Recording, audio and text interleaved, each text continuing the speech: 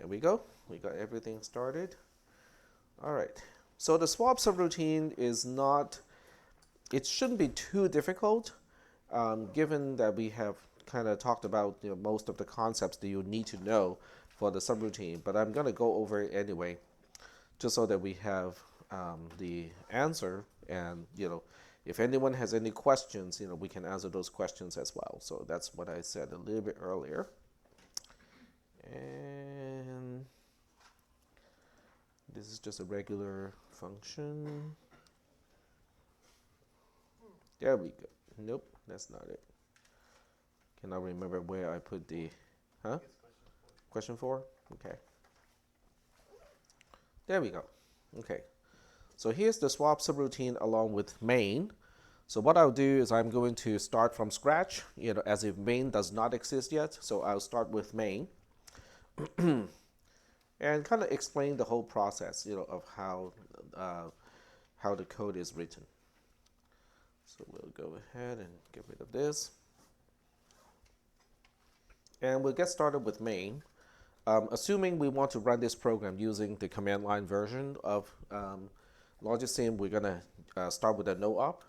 LDID with 0, is not necessary, but it's good to have it just so that we can remind ourselves that the stack pointer is now initialized to 0.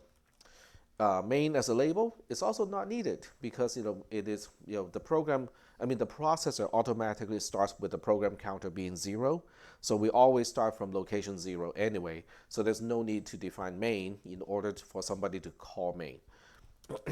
But once we are in main, we have two local variables, x and y, and according to the lab, the description in the lab, y is the one that has a higher address and x is the one that has a lower address.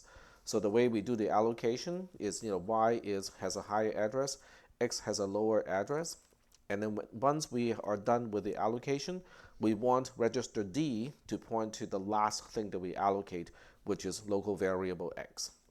So to do the allocation, we decrement register D twice. And also to make x and y easier to refer to, we can now use these labels. X is defined to be 0 because x is the variable that the stack pointer D is pointing to at this point.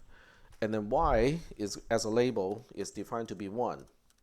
But I'm not going to use 1, I'm going to use x1 plus, which means it is 1 byte after x.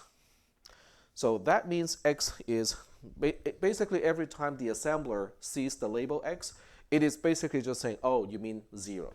Every time it sees the label y, it means, oh, you mean it's 1. Okay, so those are just symbolic names. Yep.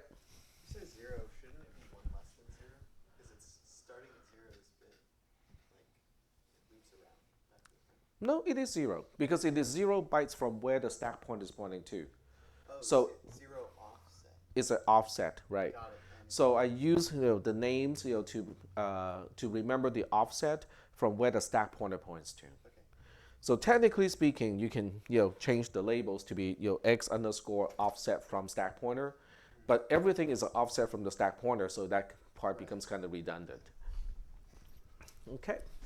So once we have these two labels defined, I don't need to remember where those things are anymore because I can now just refer to the names. The first line in main is x gets 3.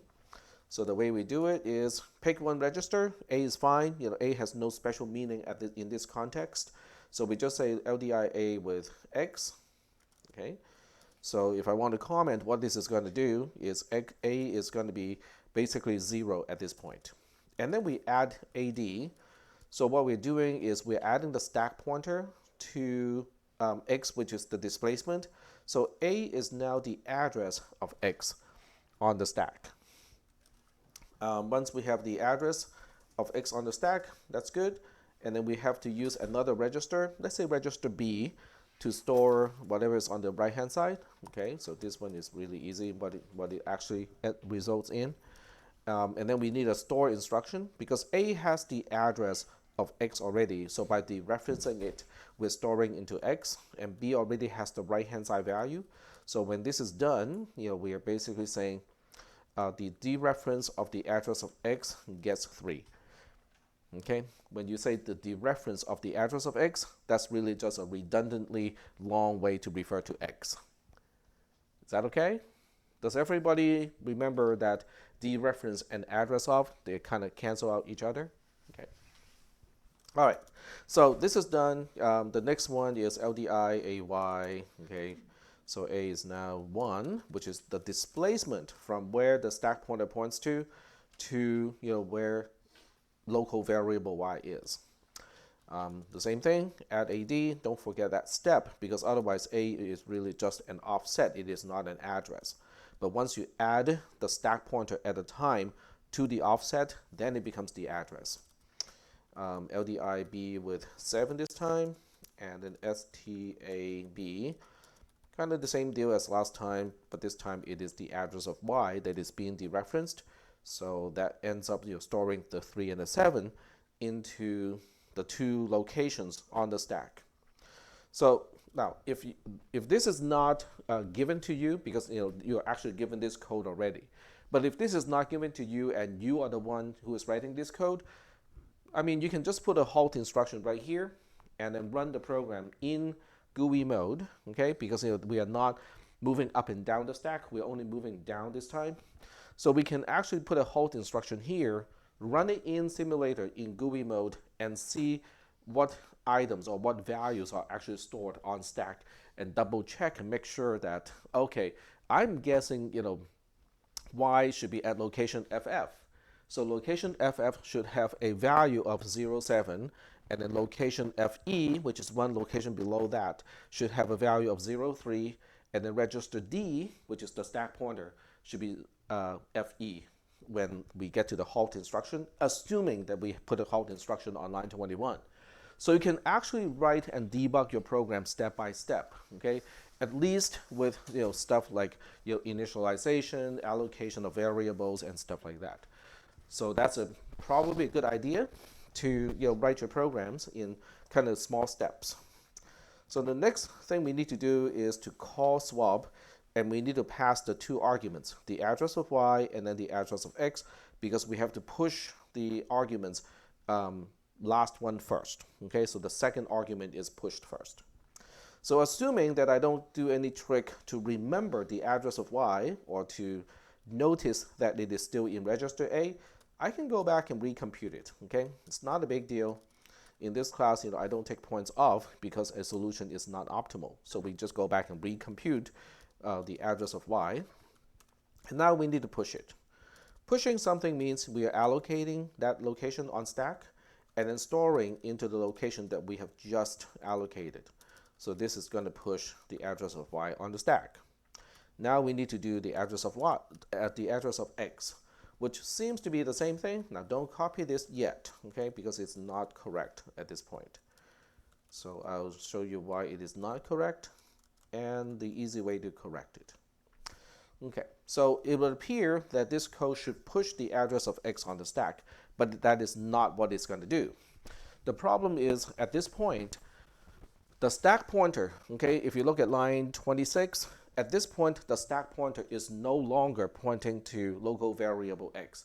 The stack pointer points to the last item that it pushed. And what was that? The address of X, okay? So X is still on the stack, no problem. It is still at location FE, but the stack pointer is now FD because we just pushed the address of Y on the stack as an argument.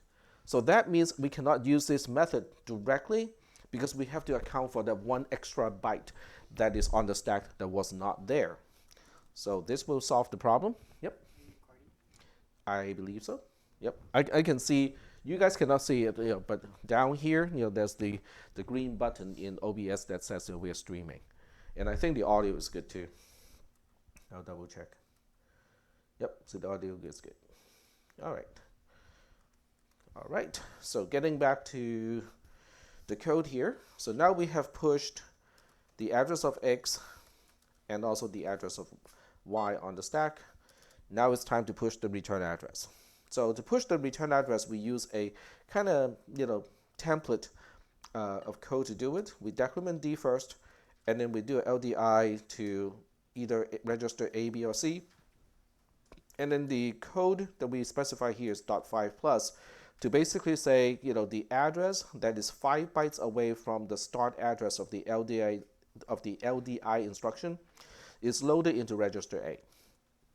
Then we can store it to the location that we just allocated on line 31. This is pushing the return address. I'll comment it. Push return address. And then we can jump to the subroutine that we're calling, which is swap in this case. When swap is done, it knows how to get back here, okay? Because it has certain assumptions, certain agreements between the caller and the callee. So the subroutine knows how to get back to the return address. So it will end up here on line 36. We do 2 increment D because we need to deallocate the arguments that were pushed on the stack for the function call. Okay. Deallocate arguments. Okay, and there are 2 of them. So at this point, we are technically done with the invocation of swap. So we are done. Oh, okay. I see what I did.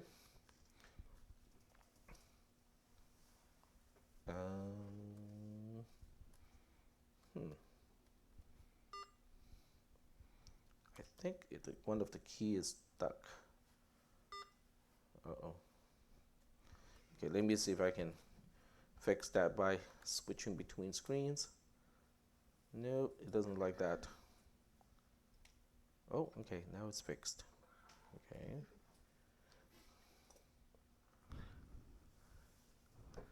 Okay, we don't need to know the schedule. Let me get back to this. And we have to get back to, no, that's recursive call. Where did I go?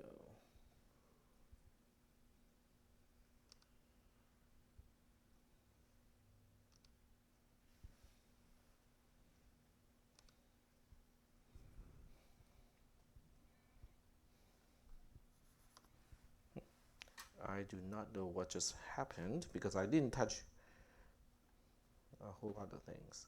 There we go. Okay. So technically speaking, we're done with the function call.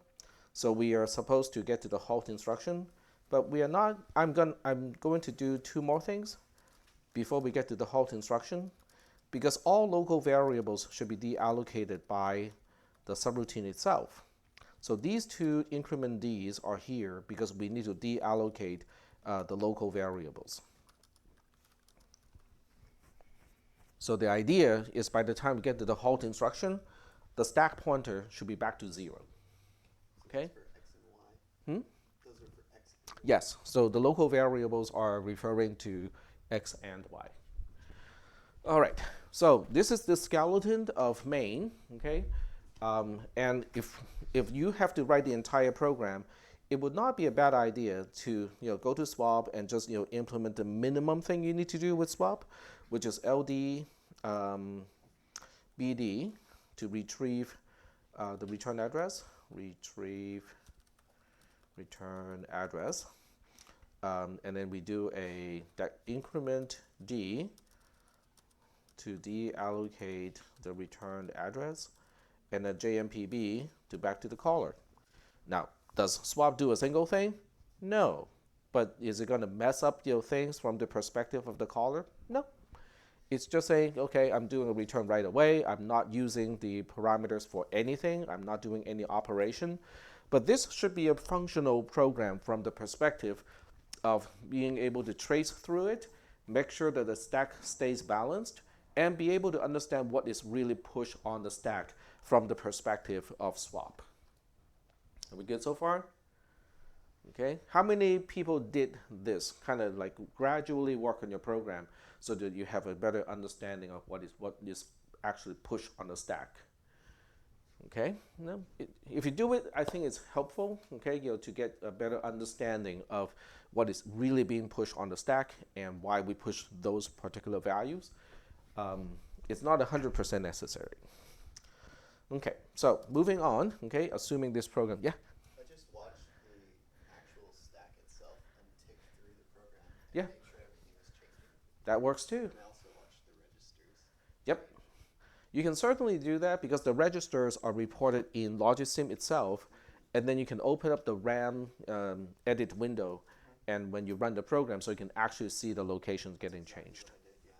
Yeah, the trace analyzer would also report the same thing, except it's not neat in the way that you can visualize and see how the bytes are arranged in memory, but you can actually tell when it gets changed, and you don't have to single tick it, so it saves time in a certain way.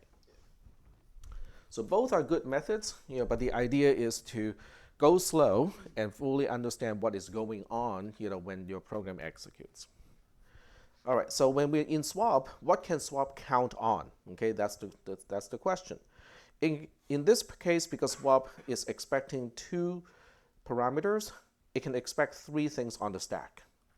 So we can expect PTR2 on the stack, we can expect PTR1 on the stack, and we can also expect the return address to be on the stack. And that being the last thing we push on the stack, register D should be pointing at return address. So these are the things you can count on at the entry point of the swap subroutine. But because in the C code we make use of a local variable in swap, we're going to do the same thing as what we did in main. We decrement D to allocate the space for local variable T. So at this point, okay, your stack is going to look almost exactly the same as before, except now there are 4 things on the stack because local variable T is also now on the stack, and the stack pointer is now pointing at local variable T. Is that okay? Does everybody understand this particular picture? Okay, so let me move this up a little bit so that people sitting in the back can read this more easily, like that. Okay. So at this point, I got everything that I need on the stack allocated or initialized by the caller. So now I can start to define some labels. Okay. So T is going to be 0 because T as a local variable is 0 bytes away from where the stack pointer points to, because the stack pointer is pointing directly at local variable T. The return address has a label, just because it is also on the stack, so we will give it an entry. And then we have PTR1 on the stack. It is 1 byte past the return address. And then we have PTR2, which is 1 byte past PTR1. So I personally like to express it this way instead of just saying return address is 1, PTR1 is 2, and PTR2 is 3, because this actually expresses the relative how the labels relate to each other. Okay, you can code it in any way you want. Okay, but I personally prefer to do it this way to remind myself, how each item relates to the item before that. Okay, but the nice thing of using labels is once I get past this point, I don't have to remember that T is actually a local variable and PTR1 and PTR2 are parameters, because I can access any one of these items using exactly the same method. All right, so getting into the subroutine. The first thing we do in the subroutine is we retrieve whatever PTR1 is pointing to, and then we store that into local variable T. Okay, we do one thing at a time. LDIA with PTR1, add AD. So now A has the address of PTR1. Kind of what I need to get to what I really want, but it's not sufficient. Okay, so we need a LDAA. So the first LDAA is going to dereference whatever A had already. So that means we have PTR1. Is that making any sense? Okay, but that's close. It's closer to what I want, right? But it's not quite what I want, because the right-hand side in C is saying, well, I don't want PTR1. I want what it points to. Fine, we'll do another dereference. So now A really is whatever PTR1 is pointing to. Then what do? Well, we need to compute the L value. The address of T in this case is also known as the L value, which is the address of wherever we are supposed to store using the assignment operator. So, but that's pretty easy. Okay, now I could have done this, okay, and just call it a day. Okay, that would get the job done. But I'm not going to do it this way for one reason. In order to understand that the stack pointer is currently pointing to local variable t, I have to maintain a mental picture of what is on the stack. And I don't want to count on that. Okay, because if you have multiple local variables and stuff like that, or if you have been pushing arguments along the steps, then it is difficult to kind of maintain, where is the particular thing on the stack. So I'm not going to do, line 61, even though it does work functionally. So what I'll do is doing something a lot more mechanical. I load T into B, and then we add BD. So now B is the address of T. Okay. Now we do the store into whatever B is pointing to, and A has the right-hand side of the assignment. So now this effectively is going to say this, which is what we want. Are we still doing okay so far at this point? Okay. There was one person in, I think, my Monday, Wednesday class who asked me about, so what does LDAA do? Okay, that was the question. So how would you answer that question if you were me? Well, it takes whatever A is and replaces it with whatever A is pointing to. Okay, that's a very good description. That's exactly what LDAA, what it does. But to help that person to answer the question himself or herself, okay, the best way is to say we go look up the opcode table, because the opcode table does explain how what each opcode does, right? What each instruction does, but it doesn't really tell you how it is getting done. Okay, so when you look into the microcode, that explains how it is actually done. So how do we look up the microcode? We hand assemble one LD instruction. Okay, I mean, it's not that hard. I mean, it's just two registers, 4 bits that are dependent on what registers you choose, and then LD, has 4 bits that are fixed. Okay, so it's fairly easy to make up that particular opcode in hexadecimal. Then you inject that hexadecimal number into, not even into RAM, you just hard code it into the microcode pointer, and make, remember the microcode pointer has 3 digits in hexadecimal. So you just inject the opcode into the most significant 2 digits of the microcode pointer. That will make the ROM point to the location that you're interested in right away. And then once you get there, you look up all the components, things that can be activated, things that can be enabled, and then you look at all the multiplexers and demultiplexers to see how things are connected. That will show you that we are using the second register to drive the address port of RAM, and then RAM is in read mode, and then the data port of RAM is connected to the first register in the instruction. That is how it's done. Okay, whenever we say dereference, we are really just saying, oh, that thing is now driving the address port of RAM. So that is the long version of answering that question. Okay, but doing it the long version or the tedious version, is not a waste of time, because that is how, we can get a really good understanding of how each instruction works. And that is important in this class. Okay, so that's just a little sidetrack. So now we can move on to the next instruction, kind of the same deal. So if you're tempted to do, copy and paste, I cannot blame you. So we just change all the 1s to 2s. Obviously, we could use a search and replace. Okay, just like that. Okay, and then we go to the second part. Okay, so now A has whatever PTR2 points to. Now we need to take care of the left-hand side, which is whatever PTR1 is pointing to. So we add BD in this case, LD, BB, and then we do ST, BA.